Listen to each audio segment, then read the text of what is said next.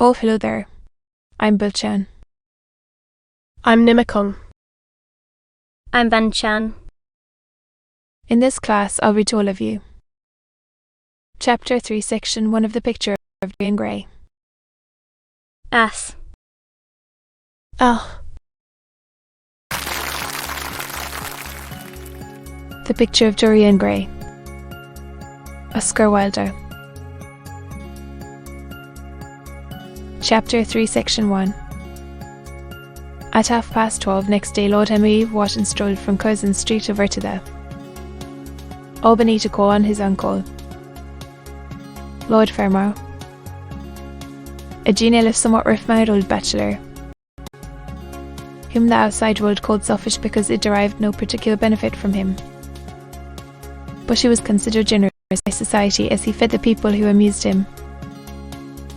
His father had been our ambassador at Madrid when Isabella was young and prim and thought. But had retired from the diplomatic service in a capricious moment of annoyance on not being offered the embassy at Paris, a post to which he considered that he was fully entitled by reason of his birth, his indolence, the good English of his dispatches, and his inordinate passion for pleasure. The son, who had been his father's secretary, had resigned along with his chief, somewhat foolishly as was thought at the time, and on succeeding some months later to the title, had set himself to the serious study of the great aristocratic art of doing absolutely. Then, he had 2 large townhouses, but preferred to live in chambers as it was less trouble, and took most of his meals at his club. He paid some attention to the management of his collieries in the Midland counties, excusing himself for this taint of industry on the ground that the one advantage of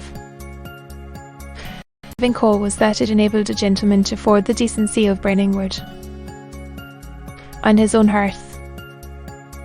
In politics he was a Tory, except when the Tories were in office, during which period he roundly abused them for being a pack of radicals. He was a hero to his valet, who beat him, and a terror to most of his relations, whom he bullied in turn. Only England could have produced him, and he always said that the country was going to the dogs. His principles were out of date, but there was a good deal to be said for his prejudices. When Lord Henry entered the room, he found his uncle sitting in a rough shooting coat, smoking a cheroot and grumbling over the times. "Well, Harry," said the old gentleman, "what brings you out so early? I thought you Dundees never got up till 2. Pure family affection, I assure you. Uncle George. Money, I suppose," said Lord Fermor, making a wry face. "Well, sit down and tell me all about it. Young people nowadays," murmured Lord Henry, settling his buttonhole and his coat, "and when they grow older they know it. But I don't want money. It is only people who pay their bills who want that. Uncle George, and I never pay mine. Credit is the capital of a younger son, and one lives charmingly upon it. Besides, I always deal with Dartmouth tradesmen, and consequently they never bother me. What I want is information, not useful information. Of course. Well, I can tell you anything that is in an English blue book. Harry, all those fellows nowadays write a lot of nonsense. When I was in the diplomatic, things were much better. But I hear they let them in now by examination. What can you expect? Examinations are pure humbug from beginning to end. If a man is a gentleman, he knows quite enough. And if he is not a gentleman, well, still, Dorian Gray does not belong to blue books. Uncle George, said Lord Henry languidly. Well, still, Dorian Gray. Who is he? Asked Lord Fermor, knitting his bushy white eyebrows. That is what I have come to learn. Uncle George. Or rather, I know who he is. He is the last Lord Cusso's grandson. His mother was a Devereux, Lady Margaret Devereux. I want you to tell me about his mother. What was she like? Whom did she marry? You have known nearly everybody in your time, so you might have known her. I am very much interested in Mr. Gray at present. Cusso's grandson, a good old gentleman. Cusso's grandson. Of course. I knew his mother intimately. I believe I was at her christening. She was an extraordinarily beautiful girl, Margaret Devereux, and made all the men frantic by running away with a penniless young fellow mare. Nobody. A subaltern in a foot regiment, or something of that kind. Certainly. I remember the whole thing as if it happened yesterday. The poor chap was killed in a duel at Spa a few months after the marriage. There was an ugly story about it. They said Cusso got some rascally adventurer, some Belgian brute, to insult his son-in-law in public, paid him to do it.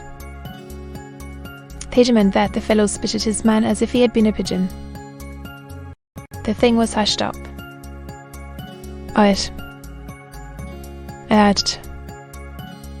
Cusso lay shop alone at the club for some time afterwards. He brought his daughter back with him, I was told, and she never spoke to him again.